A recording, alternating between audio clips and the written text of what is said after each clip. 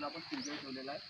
हेच पिंजर आपण काय करणार आहे, अनेक 15 दिवसानं ह्या बेडमध्ये त्याचा आपण काय करणार आहे, वापर करणार आहे आणि त्याच्यापासून 45 दिवसामध्ये चांगल्या प्रतीचं गांडूळ आपण तयार करणार आहे.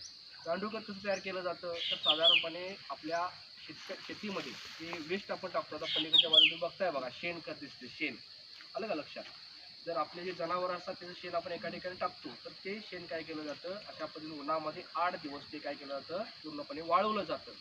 8 दिवस का वाळवलं जातं, तर शेणामध्ये बॅक्टेरिया असतात, म्हणजे जीवाणू असतात, म्हणजे बुरशी असते, त्याच्यावर फंगस पण असते, बुरशी.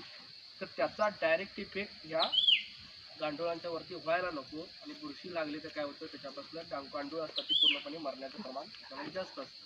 त्यामुळे आपण ते थोडंसं उन्हामध्ये वाळवतो. आता तुम्ही बघितलं असाल की आपले शेतकरी वडील काय करतात, जमीन नांगरली की आपण एक 10 दिवसची जमीन उन्हात तशीच ठेवतो. ती पण जमीन जवळजवळ 10 दिवस तशीच ठेवलेली आहे. का? तर त्याच्यामध्ये जे नको असणारे जे जीवाणू असतात किंवा जे विषाणू असतात ते उन्हाच्यामुळे काय होतात, पूर्णपणे मरून जातात. म्हणजे आपलं 50% काम ते काय करतं, सोपं करतं. त्यामुळे अशा पद्धतीनं ते शेण तिथं टाकलं जातं, तिथलं शेण ते इथं ट्रान्सफर केलं जातं. हा एक बेड 1 टनाचं गांडूळ आपल्याला देतो. हा एक बेड 1 टनाचं गांडूळ आपल्याला काय करतो, देतो. त्याच्यामध्ये त्याचे लेअर केले जातात. पहिल्या लेअरला त्याच्यामध्ये पालापाचोळा टाकला जातो, काडी कचरा टाकला जातो, जे आसपास काडी कचरा पडलेला आहे ते